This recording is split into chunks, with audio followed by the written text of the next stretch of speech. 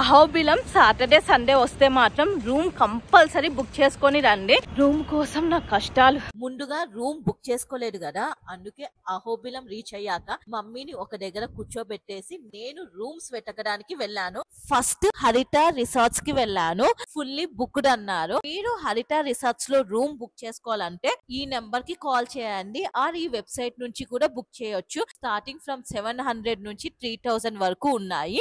Main road మీద ఉంటుంది. Temple నుంచి జస్ట్ 300 మీటర్స్. సెకండ్ నేను ఇస్కాన్ వాళ్ళ గెస్ట్ హౌస్ కి వెళ్ళాను. ఇది కూడా మెయిన్ రోడ్ లోనే ఉంది. వీళ్ళ దగ్గర కూడా రూమ్స్ అన్ని ఫుల్లీ బుక్డ్.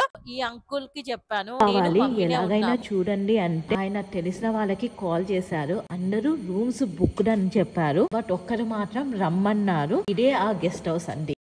ఈ గెస్ట్ హౌస్ లో అయితే రూమ్ దొరకలేదు. హాల్ లాగా ఉంది. రేపు ఆఫ్టర్నూన్ వరకు ఉంటాము అని చెప్పాము. నాకు మా మమ్మీకి ఇద్దరికి కలిపి 800 తీసుకుంటున్నారు.